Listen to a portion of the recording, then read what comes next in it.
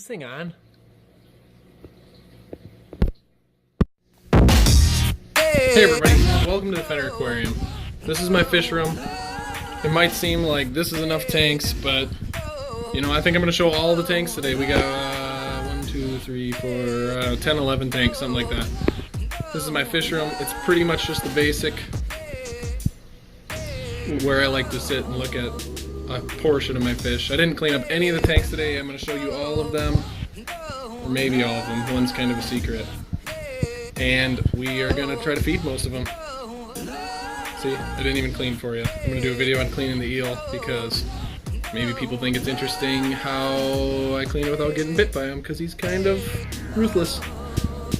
So we're going to do this. We're going to go through, we're going to feed all the fish. They all like to eat. I just got home from work. My wife and my son are not home. So let's try to do this. They said my videos are boring, so I'm going to talk like I'm excited. We're going to be excited. Let's just do a little bit of food here. Start them off. Let them know Dad's home. A little Excalibur, which is what I've been pumping my Flowerhorn and this little Texas up over here with. She's kind of timid. I've been filling them with that since I got them. Having good results. They are all happy to eat. He eats out of his little feeding station here I made him. And yeah, let's do it. Before we feed the eel, why don't we throw the mirror in for my silk? It seems to react the most to it. I got the most views so far on a video on my do-it-yourself grooming mirror. So let's pop that in there. You can see how she reacts a little. He reacts just a little bit. We'll just kind of plop it in there, nothing fancy. Normally, it sees itself and gets a little worked up. You can see him flaring up already back there.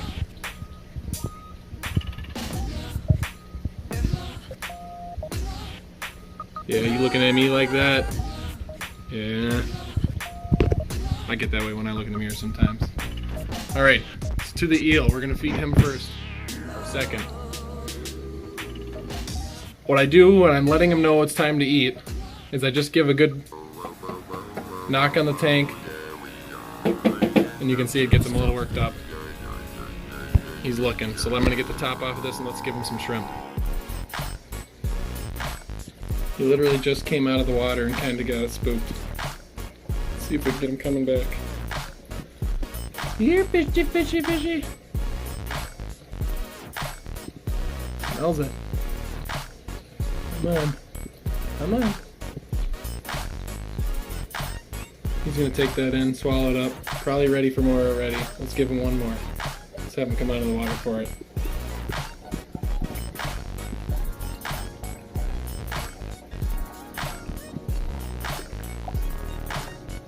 You want it?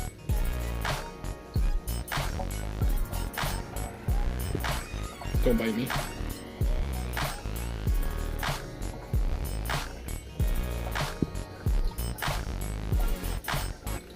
Come on. There it is. Probably just totally missed that with the camera, but he's got it. Alright, this is my son's tank. I built it, it's kind of basically a 55-gallon laying on its side, cut it down to 10 inches, run about 8 inches of water. I'm kind of low right now, it should be time for a top off. And it's basically the nastiest little tank. I don't do a ton of maintenance on it, and it just grows pallies like crazy, so I just kind of leave it be. And this stinking starfish is trying to eat my pallies, so I put him over there. So yeah, it's just pallies. A couple of mushrooms, a few zoas in there, and then a bunch of damselfish and a wrasse, a couple clownfish. Give them a little food, and they'll come around and eat pretty quick here.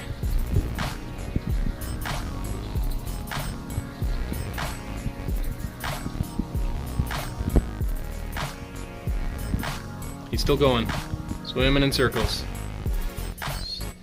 Still doesn't like the look of himself.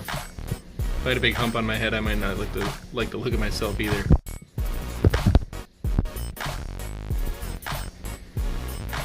So this guy is in a 65,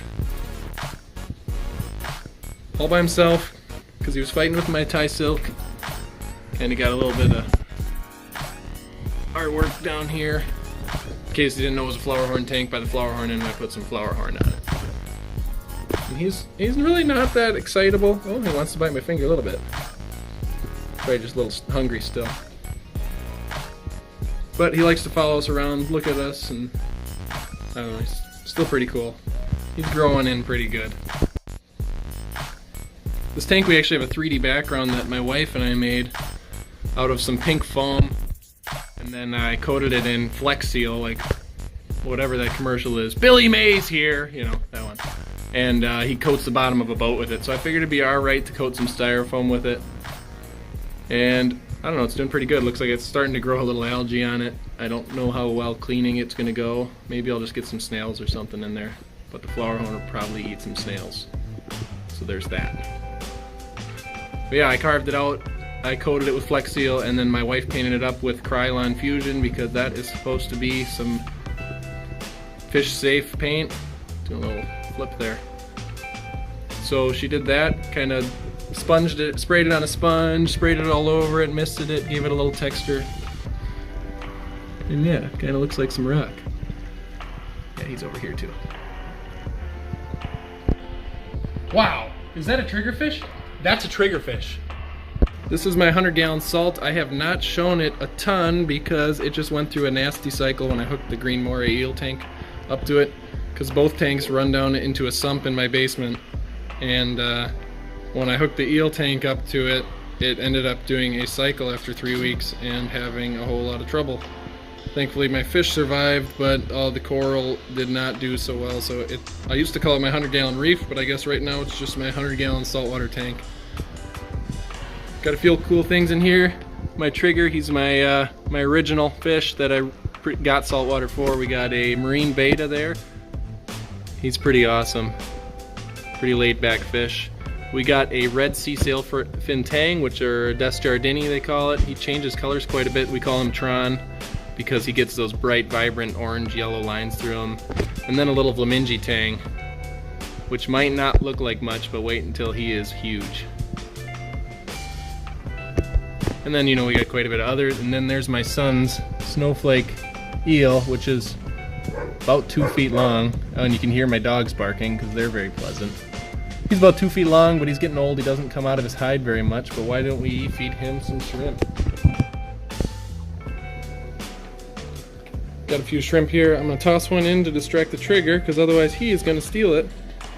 Yeah, you hear him?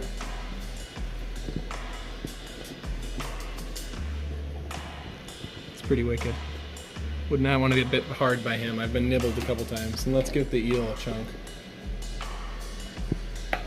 Just one. See this? I'm getting 2 pieces. There we go, we got one. Alright.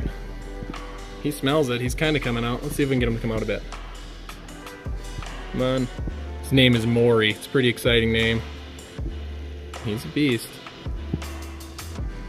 Oh. Got a little bit of him. You can see the girth on him compared to these clowns. And people might think an eel is not good to have with clowns like that, or anything small. But he's super friendly. He doesn't take a swipe at a fish. I've actually seen him nudge him a couple times while he was eating, and he just lets him go. So yeah, there's Maury.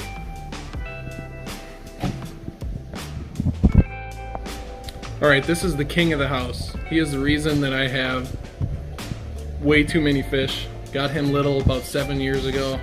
He was 4 inches or so, and obviously he's a little bit bigger. He's something like 27, 28 inches. I've got him in a 220 all by himself because he doesn't get along well with others. This is Levi. It's short for Leviathan. Should we give him a little pet?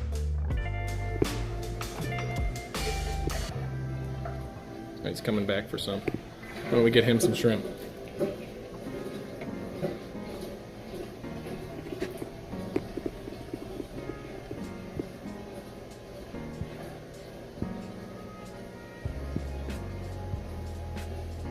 He's got it.